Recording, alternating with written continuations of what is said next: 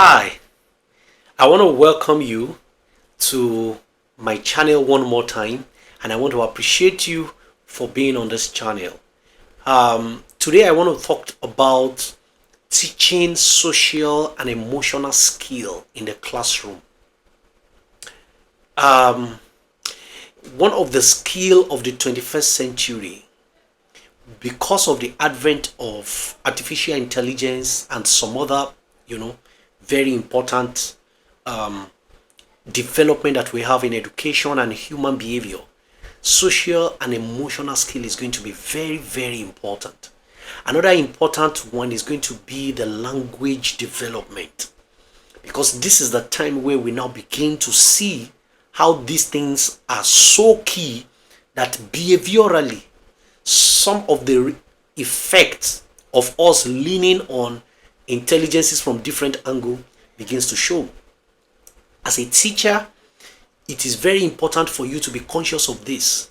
Now, you don't need to be an external person to be able to teach social and emotional skill in children, be it a preschool teacher or a primary teacher or a secondary teacher, even in the tertiary institution.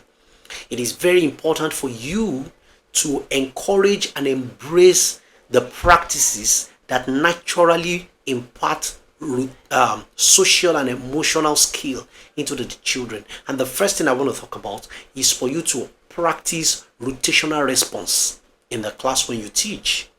This is not the time where all the children start talking at the same time. Rotational response means that you allow people to take their turns to talk when you are teaching.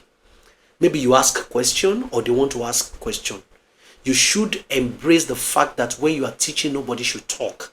That is a level of control, and that helps their listening ability.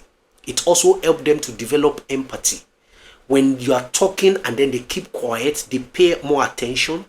You are sharpening their listening ability, which is very key. However, when it is time for them to talk, encourage and always go against the joint and the choral way of them responding to your questions or responding to you. This is key and important so that it will help you to be able to adjust and help you to be able to do a lot when it comes to teaching them the social and emotional skill. Practice rotational response. You will start, then the next person. If you want to talk, put up your hand. Let there be permission to say things. Not that I'm teaching in the class and then you are saying another thing to another person. This is a very important part. The second thing that I want you to practice is to listen actively in the classroom when you are there.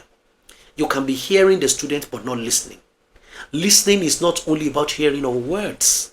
Listening also involves hearing of feelings. Yes. How do you hear the feelings of those children? Some of those children are actually speaking so loud. The only thing about it is that they are quiet. You have to understand how this works.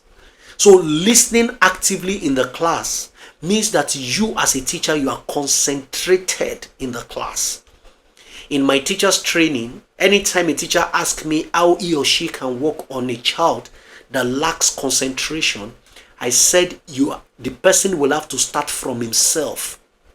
In other words, you are the one that will start concentration. If you want to help a child to concentrate, you will need to start it. So you will concentrate by yourself. If you want to help a child to develop listening skill, you will start by listening.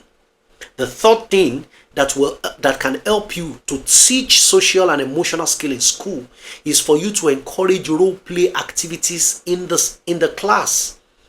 So put a portion of your time, maybe 10 minutes or 12 minutes, for role play activities at some point. Put them in group. Let them play the roles. Let them see it. Now this encourages the social development. It encourages the social skill. The children that lack social skill, the minute you start role play activity, they want to do other things. They don't want to pay attention again. They want to go out without your permission. The essence of the role play activity is not even on the ones that are paying attention. It's on the children that lack social skill. The more you do it, the more they master it. Thank you, and I will see you in another episode.